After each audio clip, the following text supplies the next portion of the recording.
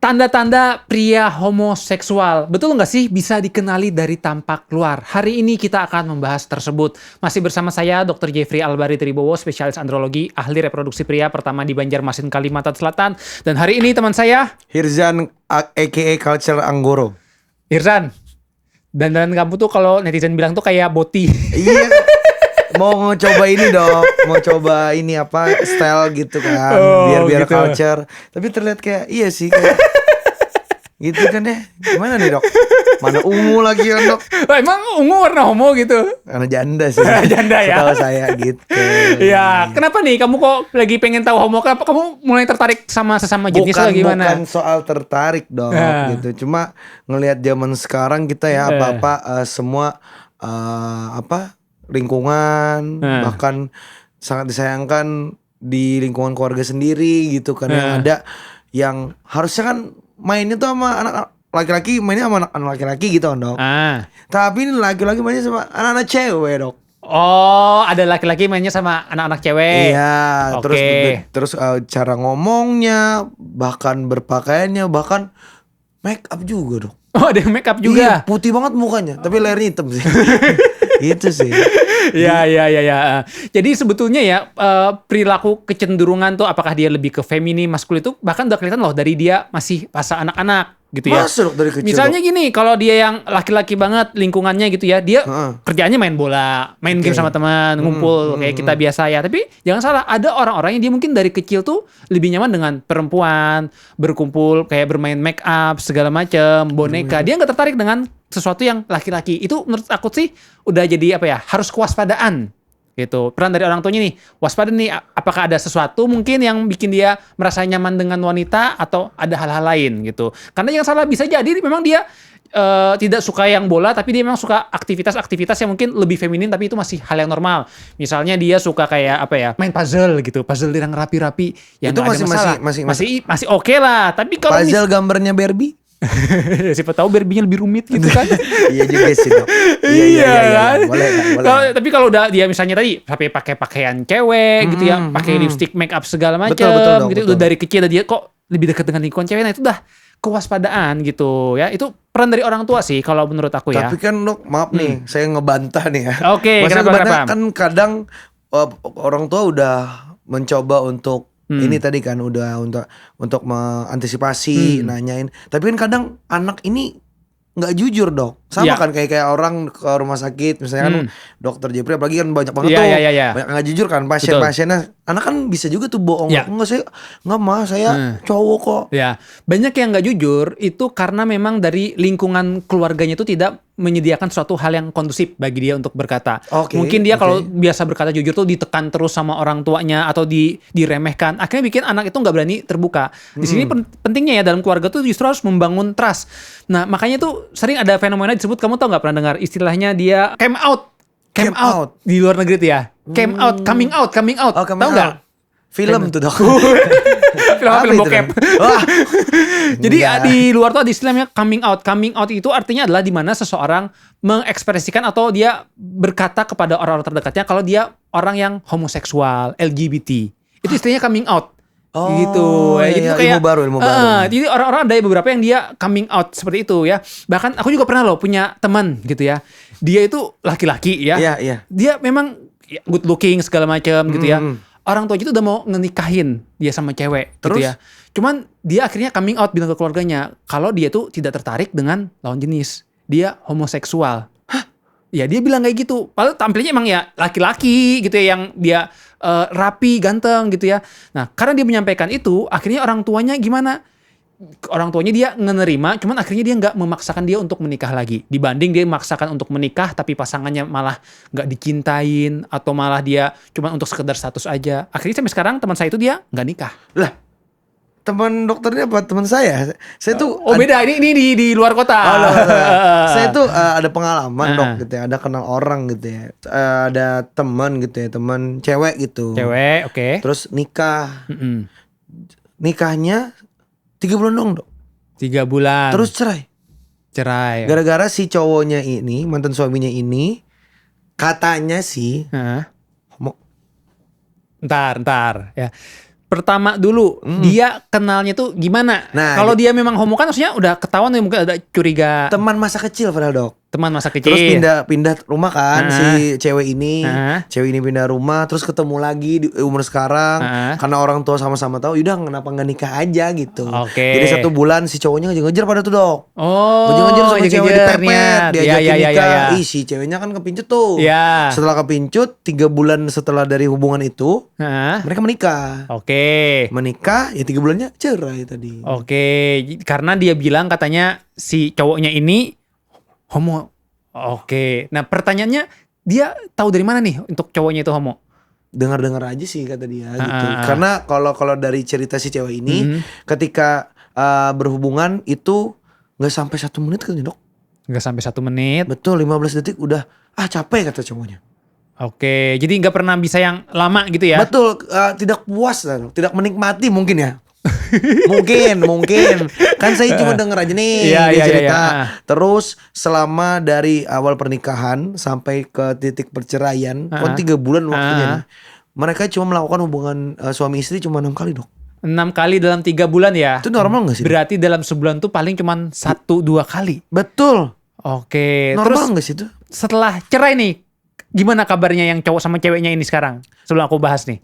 Kan udah pisah juga nih, udah pisah juga. Terus kan jadi saya tanya kan, emang udah pernah lihat gitu. Ya ini cerita dari teman-teman aja sih, katanya dia ada jalan nanti ada sama cowok, nanti jalan ke sini sama cewek. Oke. Gitu-gitu sih.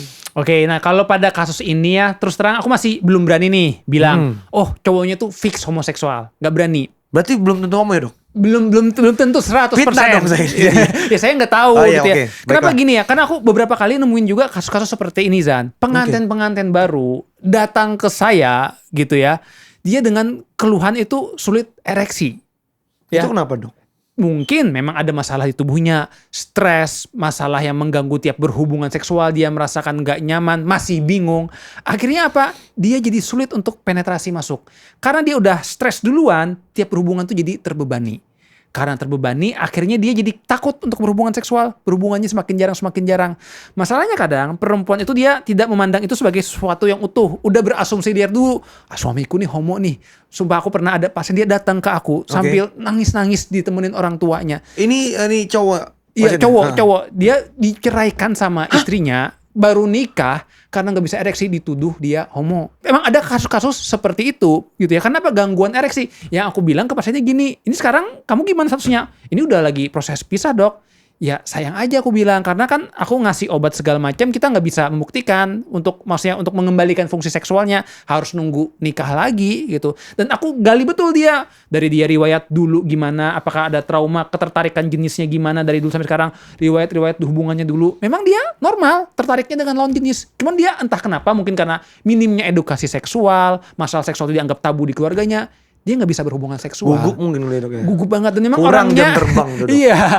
Oh kamu pro ya? Enggak, maksudnya itu kan kalau suami istri diasah aja. Diasah. Nonton film bokep bareng. Karena memang ada orang yang dia udah emang gak pernah nonton film bokep segala macam. Dia betul-betul yang polos aja gitu. Hidupnya lurus sekali orang itu. Ada, tapi orang-orang kayak gitu yang saya mau berhubungan berteman seksual. dengan teman-teman. Kenalkan saya. Makanya aku nggak berani bilang ya kalau orang yang ada cerai, oh ini kok dia cuman berhubungan cuman sebulan cuman sekali, dia fix homo segala macam, belum berani bilang. Gitu ya, karena itu masih sekedar asumsi, kecuali kita udah pemeriksaan lebih lanjut dan kita temukan dia memang ketertarikannya sama jenis, oke, fix homoseksual, atau ada bukti-bukti yang mengarah konkret kalau dia homoseksual, oke, itu fix homoseksual. Tapi selama masih asumsi saya nggak berani bilang. Berarti ini belum tentu benar ya? Belum tentu, kecuali tadi saya bisa dengarkan dari kedua belah pihak. Dari istrinya tadi, mantan istrinya cerita, mantan suaminya cerita, 2 sudut pandang, baru saya bisa menilai nih dan melakukan pemeriksaan langsung. Kalau cuma sekedar bola liar nih, ini saya nggak berani berasumsi. Oke, saya akan telepon langsung nih. Waduh. Udah langsung kita datangkan aja nih. Iya, datangkan aja. Berarti belum tentu ya Dok ya? Belum tentu, ya, karena belum ada pesannya. Apakah ada dia mungkin kayak kepergok gitu? Ada nggak? Ya. Masih belum tahu ya. Makanya saya sih nggak berani. Atau mungkin dilihat di handphonenya. Ada nggak dia mungkin nyimpen bokep-bokep homoseksual gitu? Ada nggak? Iya tuh. Atau dia nge-like cowok gitu. Kalau misalnya di handphonenya aja dia sukanya ngeliatin cewek-cewek seksi, itu bokepnya. Ya itu kan sukanya lawan jenis, bukan ajar ya. Oh, bukan lawan Artinya bukan lawan jenis gitu. Kecuali tadi makanya kalau belum ada bukti, saya nggak berani untuk berasumsi langsung nyebut karena banyak kadang orang tuh yang suka nuduh homoseksual sembarangan, Izan. Ini gak usah jauh-jauh ya. Aku pernah bikin podcast tentang bahas ini juga. Bintang tamunya Om Ben. Komentarnya bilang, ini dokter sama bintang tamunya ini sama-sama homo, pinter dia bahasnya. Astagfirullahaladzim, mulut Anda. Homo ngebahas homo katanya gitu ya. Banget, ngawur. Jadi kadang orang tuh suka berasumsi dan nuduh, dan itu banyak banget komennya kayak gitu. Ya saya sih karena nggak ada merasa itu hal yang benar, udah santai aja, nggak perlu yang minder atau melakukan klarifikasi gitu ya. Artinya kadang itu sering jadi bola liar, kita tuh nuduh orang sembarangan. Padahal tadi sekali lagi, untuk homoseksual itu kita nggak bisa cuma nilai dari penampilan luar. Misalnya dia kalau suka pakai baju V-neck, artinya homo, atau kalau dia pakaiannya modis gitu ya. Oke, saya kan? Apakah dia homo? Saya nggak berani jamin. Kan bisa aja. Bahkan ada tren sekarang ya. Orang-orang nggak tahu ya. Aku ngeliat ya beberapa artis tuh ada yang pakaiannya tuh kayak semi ke arah feminim gitu. Iya, benar. Iya kan ya kayak aku tuh pernah dengar tuh band luar tuh apa tuh yang nyanyi lagu Maneskin itu. Apa yang I'm Begin ya, Maneskin, band Maneskin. Maneskin yang nyanyi lagu Begin, I'm Begin. Nah. Oh iya itu. Iya, itu tuh pakaiannya kalau aku suka nonton video live-nya. Wah, itu pakaiannya kok kayak cewek semua. Betul. Gitu. Tapi apakah itu artinya dia homoseksual? Belum tentu. Karena itu masih sekedar ekspresinya aja dalam bentuk fashion. Makanya aku nggak berani ngejamin, ngejudge orang segampang itu. Nggak ada loh tanda-tanda pastinya. Bahkan aku curiga jangan-jangan Hirzan juga bisa homo sebetulnya. Maksudnya gimana, Dok? Kamu belum nikah kan? Ini kan belum rezekinya aja, Dok. Kenapa? Tunjuk-tunjuk lagi enggak, Dok? Suka sesama? Enggak, saya suka enggak sesama. Tahu dari mana? Buktinya apa? Masa saya buktiin? Apa buktinya? Komen aja deh kalau komentar. Yang mau tes karbu. Ini kan orang sering bilang juga ya, kalau yang homoseksual tuh dia yang melambai, yang kayak gitu-gitu ya. Betul. Jangan salah, ada orang yang tidak melambai, dia homoseksual. Ada pernah saya ketemu orangnya langsung dan dia datang berobat ke saya. Gitu ya, Dok? Iya, dia nikah dengan cewek gitu ya. Dia mengaku kalau saya tuh sebetulnya nggak gitu tertarik dengan wanita. Dok. Dia betul-betul tampilannya laki-laki. Saya cek hormon testosteronnya tinggi gitu. Ya makanya saya nggak berani nuduh orang sembarangan kalau dia pakaiannya modis segala macam, atau yang dia pakaiannya kayak gembel gitu pasti heteroseksual. Saya nggak berani ngejamin. Itu makanya perlu pemeriksaan lebih lanjut, diskusi mendalam. Nggak segampang itu untuk menuduh orang karena banyak fitnah. Lah, jadi fitnah dong saya. Contohnya nih, ini akan ku sensor ya. Menurutmu homo apa enggak? Oke, kita lanjut ke cerita saya. Ayo aja. Jawab dulu. Homo apa enggak? Itu kan banyak tuh di internet. Enggak tahu. Enggak tahu. Kalau menurutmu? Enggak sih kayaknya. Enggak ya. Kalau aku juga belum berani bisa bilang. Bisa jadi iya. Bisa jadi iya. Cuman bisa juga tidak. Ini podcast horor ya namanya. Bukan andrologi ya hari ini. Iya. Iya bisa tidak. Saya juga nggak tahu. Saya tidak memeriksa. Nggak berani jaminan. Ya kalau saya enggak sih. Iya. Makanya aku ketika ada isu ini, apakah ini homo segala macam, aku nggak berani untuk bersuara secara lantang. Nggak segampang itu kita menentukan orientasi seksual cuma dari penampilan, cuma dari gaya. Observasinya harus mendalam ya. Mendalam dan perlu pemeriksaan lebih lanjut. Gitu. Tapi ada lagi satu nih, Dok. Oke. Tadi saya takut jadi fitnah ya tadi ya. Semoga ini nggak fitnah nih ya. Kenapa kamu kok? Aku curiga bener deh. Kamu kok lingkungannya banyak yang? Enggak. Ini nih cerita lagi dari ada teman saya. Kenapa? Ini juga padahal dia menikah kan, Dok. Bahkan sudah mempunyai seorang anak gitu ya. Terus ada satu momen si perempuannya, si mantan istri ini lagi perjadian. Perjadian itu apa? Perjalanan dinas. Oh, perjalanan dinas. Ya, yang dimana kan harus meninggalkan suaminya gitu kan, suaminya gitu ya. Jadi ada satu momen perjadian istrinya, terus si suaminya ini kan ya dikira normal-normal aja. Iya. Nah, kebetulan si istri ini memang menaruh beberapa CCTV di bagian rumah.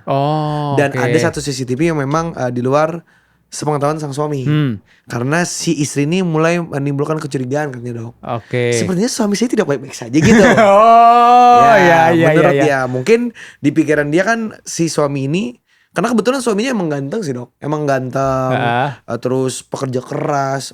Siapa sih cewek yang kepincut gitu ya? Iya. Gitu kan. Jadi mungkin ketakutan istri menyimpan kamera CCTV secara diam-diam di satu ruangan gitu ya. Terus karena takut nanti ada cewek-cewek atau selingkuhan gitu ya. Perjadian lah kan, anggap udah perjadian. Terus sang istri ini kaget banget, Dok. Kenapa? ternyata ketika sang istri ngecek gitu kan, cross check CCTV-nya, suaminya main sama cowok bodoh. Di luar ekspektasi sang mantan istri. Oh. Nah itu pasti fix. Itu bisa akhirnya sekarang? Bisa dong. Nikahnya lama? Lama dong. Udah punya anak? Anak dong. Berapa dia? 1 kalau misalnya. Satu ya? SD. Gitu. Udah besar gitu ya? Udah besar dong. Udah bisa latihan karate, silat, basket tuh udah tuh. Oke, nah kalau itu yang disebut dengan tanda red flag. Ya. Tanda red flag. Iya, dan itu udah ya fix. Kayak logikanya nih, misalnya saya juga ditaruh CCTV, kalau sama cowok memang kita nggak ada ketertarikan ya akan biasa-biasa aja kan. Betul. Nah kalau memang udah ketemu tanda-tanda yang red flag sekali, dia memang pernah pacaran dengan sesama jenis. Betul. Memang ada bukti dia berhubungan seksual dengan sesama jenis. Nah itu udah kewaspadaan, memang berarti udah kelihatan sekali. Dan kadang gini, banyak yang bingung juga, loh kok dia homoseksual, kok dia buktinya bisa punya anak? Jangan salah ya. Jangan salah ya. Orang-orang yang homoseksual bisa aja spermanya normal, bisa untuk menghamili pasangan. Nah saat berhubungan seksualnya gimana? Bisa jadi mungkin dia berhayal gitu. Atau yang kedua, jangan bisa juga ya, dia sebetulnya adalah biseksual. Tahu nggak? Oh, tahu. Jadi kalau biseksual tuh dia bisa ketertarikan laki-laki, tapi juga punya ketertarikan perempuan. Makanya dia dengan pasangan istrinya masih bisa berhubungan seksual, tapi dia juga selingannya nih kemilatnya sama laki-laki. Gitu. Itu yang mengakibatkan ada orang yang dia homoseksual masih bisa punya anak. Kan sekarang ngetren ini kan dok, apa lavender marriage iya, kan? itu kan pura-pura. Mungkin itu kali si suaminya itu. Cuman yang kasihan itu ya tadi ceweknya sekali lagi jadi sama korban. Juga, ya. Iya, betul. Itu kan anaknya pasti malu banget segala macam sih. Betul. Ya syukurnya udah ketahuan sih. Tapi hebat juga dia bisa nyembunyiin ya sampai bertahun-tahun sampai iya, anaknya. Dok. Karena kalau ini misalnya kalau dokter ketemu nih sama suami, emang gak ada potongan dok? Gak ada potongan ya? Yang kayak dokter tadi bilang gagah gitu. Siapa sih cewek yang gak suka sama dia gitu kan? Terus dia cakep lah, pokoknya cakep banget gitu ya. Kalau kita ngeliat tuh, berwibawa sekali laki-laki. Waduh. Siapa sih yang ngapain ternyata suka sama laki-laki juga. Waduh. Mana sih IG-nya? Gak usah dong. Gak usah ya, penasaran saya. Gak usah. Bentuknya gak gimana? Usah jadi pasien dokter, gak usah. Iya, nah itu tadi makanya kalau menurut aku ya kadang sebetulnya perempuan tuh mungkin udah bisa peka nih ngerasa ada sesuatu keanehan dengan laki-laki ya. Kok dia kayak berubah segala macam. Cuma tadi kalau asumsi itu harus dibuktikan dengan bukti konkret itu tadi. Selama memang bukti konkretnya menunjukkan, nah itu fix. Tapi kalau yang cerita pertama itu masih belum ada bukti konkret banget tuh, makanya saya nggak berani ngemastiin. Okay. Berarti dua nih saya ngefitnah ya? Enggak, karena udah ketemu. Asal ada betul videonya ada ya. Istrinya bilang sendiri, saya sendiri ngeliat dengan bukan lagi latihan wrestling, WWE gitu. Siapa tahu lah lagi latihan Smackdown. Nggak ada itu masuk atas istrinya gitu kemarin. Tapi dok nih, saya penasaran sih gitu ya. Kalau mereka nih dok melakukan itu kan hubungan itu kan laki-laki sama laki-laki, itu untuk penyakit kelaminnya gimana tuh? Ya, jadi ya ini kan mungkin ada fakta menarik kemarin tuh lagi rame juga di thread ya. Ternyata HIV itu dulu namanya itu GRID, Gay Related Immunodeficiency Disease. Jadi penyakit yang ditemukan pada orang-orang gay. Ya, itu betul. Ya, faktanya dulu namanya seperti itu. Betul. Hanya saja ternyata ditemukan, ternyata penyakit HIV AIDS ini bukan hanya bisa menyerang pada orang-orang gay, tapi pada orang-orang yang heteroseksual atau orang-orang yang penyalahgunaan jarum suntik sembarangan juga bisa terkena itu. Akhirnya digantilah namanya menjadi HIV AIDS. Tidak bisa dipungkiri, penularan HIV AIDS salah satunya yang tertinggi itu sering ditemukan pada orang-orang yang melakukan perilaku anal seks. Ya, masuk ke pantat. Kenapa? Karena lubang pantat itu dia lebih tipis. Jadi gampang untuk menularnya. Betul, aktivitas seksual lain tuh juga bisa menular. Laki-laki perempuan dengan vagina ya, itu bisa menular. Cuman yang lebih tinggi itu pada yang anal. Siapa yang sering melakukan anal, Hirzan? Nggak tahu dok. Pasangan homoseksual. Nah itu. Saya nggak mau jebak-jebak nih. Dia ini kan tukang jebak nih. Nggak sih. Karena kan kalau pasangan homoseksual lubangnya itu dong. Betul. Ya akhirnya masukkan ke sana, makanya angka HIV AIDS tuh pada homoseksual tuh kadang dia lebih tinggi. Kemudian sering juga mungkin mereka malu untuk berobat, stigma segala macam. Mereka akhirnya ya gitu-gitu aja membiarkan. Berbanding terbalik pada orang-orang yang dia heteroseksual, mungkin dia lebih mencari untuk pengobatan segala macam gitu ya. Nah itu sih akhirnya mengakibatkan HIV AIDS ini sering ditemukan pada pasangan-pasangan homoseksual gitu. Tapi misalnya dua-duanya nggak ada riwayat dok, Si yang nyolok nggak ada Bersih, IP, ya. bersih. Yang dicolok juga bersih. Ya itu dia tidak akan ada risiko HIV. Paling pantatnya aja lecet. Oh, akhirnya kejawab nih. Kejawab. Pantatnya aja lecet San. Oh, berarti kalau ada teman cowok susah duduk berarti belum tentu siapa tahu ambeien. santai, gitu ya. teman, santai. Ya, iya, tapi kalau kita bicara ya tentang masalah homoseksual ini ya, itu sampai sekarang tuh masih perdebatan tentang kenapa sih orang bisa menjadi homoseksual gitu ya. Itu perdebatannya sangat luas banget ya. Ada teori yang menyebutkan, oh ini jangan-jangan ada faktor genetik. Karena pada seseorang yang dia kembar gennya, itu ternyata risiko untuk homoseksualnya itu dia kedua-duanya lebih meningkat. Kalau sama-sama Iya, kembar identik. oh, Dia ada satu homo, dia yang pas saudara satunya itu gitu, ternyata lebih rentan homoseksual juga. Ada penelitian seperti itu. Tapi ternyata penelitian lain ada juga yang bilang, ternyata sebetulnya gay ini tidak ada loh genetik yang membuktikan ini fix gen. kejawab Jadi, nih ya, ini kejawab ya. Ngaku-ngaku ini gennya nggak ada tuh. Fix kan. Makanya masih berdebat. Ternyata banyak juga yang kalau tren sekarang tuh bilang tuh multifaktorial. Faktor genetik mungkin bisa ada, mungkin enggak. Tapi juga ada faktor hormon di waktu masih kecil. Paparan dia waktu kecil bagaimana hormon ke otaknya. Karena di otak kita ini dipengaruhi juga oleh hormon-hormon yang mengatur. Kalau laki-laki testosteronnya dari masa janin itu ada masalah gitu. Nah itu mungkin akan mengakibatkan dia jadi lebih feminim, tertarik ke sama jenis. Bisa salah satunya. Tapi jangan lupa juga ada faktor lain seperti lingkungan sekitar kita. Ya, nah ini jadi perdebatan. Ada yang nyebutkan kayak gini, oh ternyata homoseksual tuh nggak ada pengaruhnya loh dengan lingkungan, trauma-trauma tuh nggak ada loh. Tapi saya pribadi pernah nanganin ada pasien yang memang dia mengaku homoseksual, dia menikah. Ketika saya tanya mulai kapan tertarik dengan lawan jenis, dia cerita dulu itu waktu kecil saat dia TK, dia pernah dititipkan dengan teman dari orang tuanya. Laki-laki berarti ya? Laki-laki, ya dia laki-laki, pasien saya laki-laki pernah dititipkan dengan teman orang tuanya laki-laki juga. Saat kecil dia jadi korban sodomi. Oh, trauma. Dan karena dia anak-anak, dia diancam. Kamu kalau kasih tahu ke bapak ibu kamu, ku bunuh bapak ibu kamu. Takut dong, anak-anak kan gak ngerti apa-apa, gak bisa cari pertolongan. Dia diem aja dan dilakukan sodominya tuh sampai berkali-kali, 2-3 kali. Anak-anak gak bisa melakukan apa-apa ya. Dan saya tanya, apakah itu masih membekas? Sampai sekarang masih membekas katanya pengalaman itu. Dia akhirnya jadi, ya sekarang dia menikah, cuma dia gak tertarik juga dengan istrinya. Dia masih ketertarikannya dengan laki-laki. Nah, makanya aku bilang kalau aku pribadi ada banyak faktor yang mempengaruhi homoseksual. Tidak ada yang satu faktor murni gitu. Kalau aku sih ya yang bisa kita lakukan mungkin ya menjaga dari lingkungan kita salah satunya. Karena menurut kamu nih gini aja deh. Homoseksual itu penyakit atau enggak, Zan? Penyakit sih. Penyakit ya? Jawabannya ya, kalau menurut aku, apakah homoseksual penyakit atau enggak? Kalau secara konsensus internasional ya, DSM-5 atau yang pedoman jiwa internasional, mereka menyebutkan kalau homoseksual itu bukan merupakan sebuah penyakit, tidak perlu diterapi. Itu konsensus internasional. Makanya kan kamu lihat ya kalau di sosmed itu ya, bahkan acara bola deh, mereka itu kan kayak ada Pride Month, pakai bannya ini kan ya. Lagi bete. Karena apa? Mereka menganggap itu merupakan hal yang normal, nggak perlu diubah-ubah. Ya udah nggak ada masalah, itu kayak mengekspresikan diri. Di luar negeri seperti itu, ya. Tapi di Indonesia gimana? Nah, kalau saya pribadi, karena kita tinggal di Indonesia dengan segala aspek budaya, agama, ya udah kita harus menghargai apa yang ada. Kebetulan kita di Indonesia, kita memang agamanya juga melarang hal tersebut. Ya sudah. Makanya kalau saya pribadi ya dengan masalah hal ini ya, saya akan menyesuaikan juga di mana saya berada. Nggak bisa juga saya karena tinggal di Indonesia saya bilang normal kok. Lah kita kan juga ada aspek budaya segala macam gitu. Jadi takutnya jadi kesalahpahaman gitu. Nah ini masalahnya kan tontonan sekarang tuh ya kalau kamu lihat ya di bioskop tuh sering tuh udah mulai ada aspek-aspek LGBT-nya. Iya benar dok, benar. Makanya saya nggak suka nonton bioskop. Iya orang tuanya ibu sama ibu gitu. Iya bapak sama bapak. Iya kayak gitu.